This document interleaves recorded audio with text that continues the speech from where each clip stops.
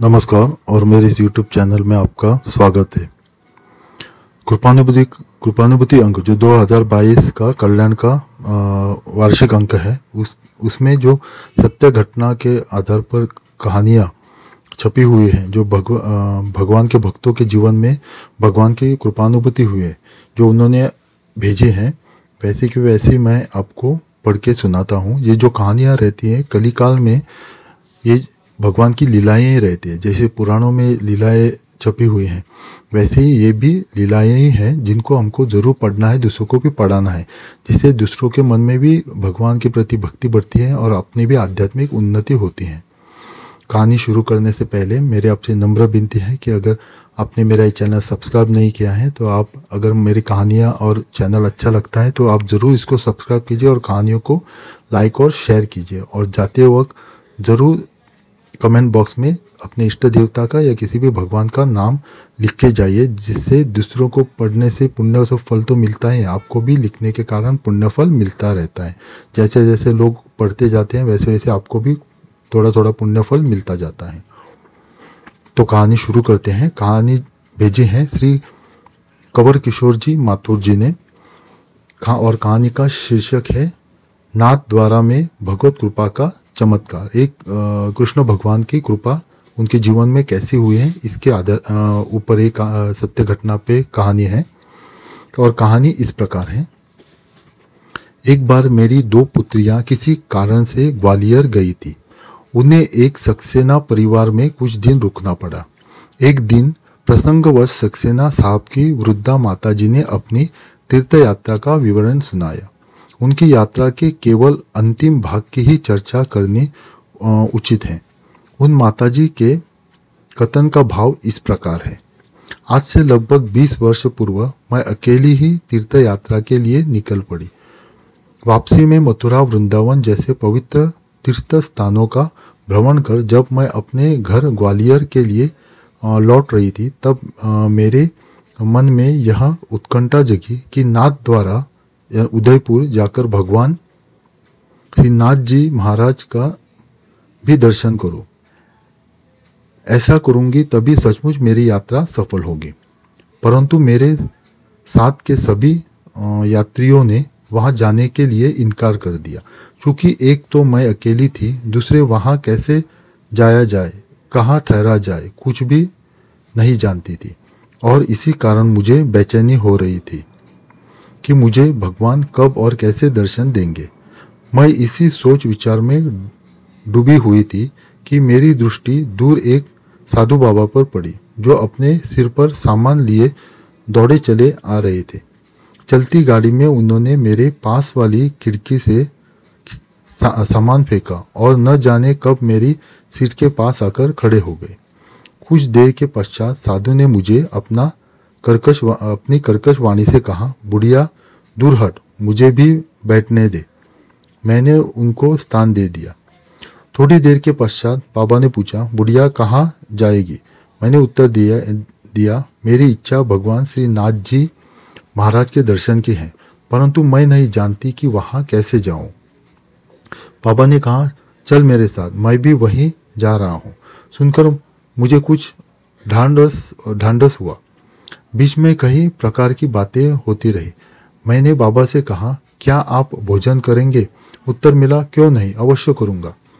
मैंने उनको भोजन दिया। उदयपुर स्टेशन आने पर बाबा ने कहा, बुढ़िया देखती क्या है, उतरो, उदयपुर आ गया।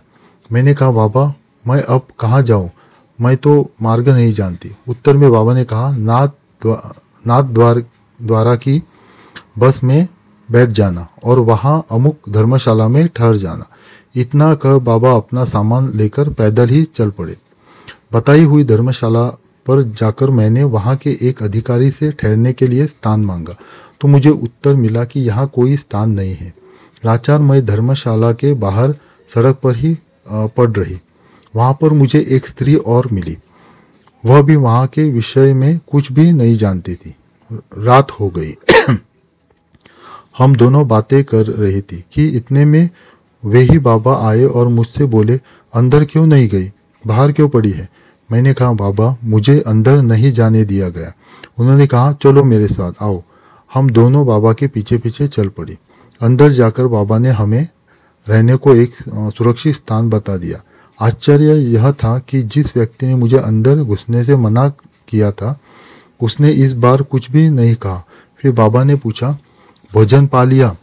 मैंने उत्तर दिया, हमारे पास तो अब कुछ खाने को है नहीं और रात भी हो गई, सवेरे देखा जाएगा। यह सुनकर बाबा ने 2 कचौरी और 1 लड्डू देकर कहा, लो खा लो। हमने प्रसाद ले तो लिया, परंतु मन में सोचा, इतनी सी वस्तु से हम दोनों को क्या होगा। बाबा ने आगे कहा, शीघ्र उठकर सवेरे 3 बजे दर्शन के लिए मंदिर में आ जाना। इतना कहकर वे चले गए। हम दोनों ने प्रसाद आधा आधा ले लिया और खाने लगी। इतने प्रसाद से हमारा पेट इस प्रकार भर गया जैसे खूब खा लिया हो। सोते ही गहरी नींद आ गई। 3 कब बजे कुछ पता ही न चल लगा। सवेरे अचानक बाबा ने आकर हमको जगाया और फटकारते हुए बोले, दर्शन करने आई हो या सोने? शीघ्र ही स्नानादि से निपटकर मंदिर आ जाओ। यह कहकर वे चल दिए। हम दोनों शीघ्रतापूर्वक स्नानादि से निपटकर मंदिर गए। बाबा पहले से ही वहां थे। हमने दूर से भगवान के दर्शन किए। बाबा हमारे पास आए और बोले, अच्छी तरह दर्शन कर लेना। यह कहकर भीड़ को चीरते हुए हमें भगवान के निज मंदिर के पास ले गए। वहां से हमें बड़ी अच्छी तरह दर्शन हुए। इसके पश्चात बाबा ने स्वयं हमारे साथ जाकर भगवान श्रीनाथ जी महाराज के मंदिर का कोना कोना दिखाया। तोषागार, केसर चंदन पिसने का स्थान, रसोवड़ा, खाद्य सामग्री रखने का स्थान आदि सभी स्थान दिखाए। यह देखकर आश्चर्य हुआ कि बाबा को कहीं भी जाने से किसी ने नहीं टोका। इसी प्रकार 2 दिन तक बाबा ने हमारी पूरी संभाल की और वापसी में मुझे स्टेशन तक पहुंचाने आए तथा मार्ग की सारी व्यवस्था स्वयं ही कर दी। तत्पश्चात अच्छी तरह दर्शन तो कर लिए। इतना कहकर बाबा चल दिए और देखते देखे आंखों से ओझल हो गए।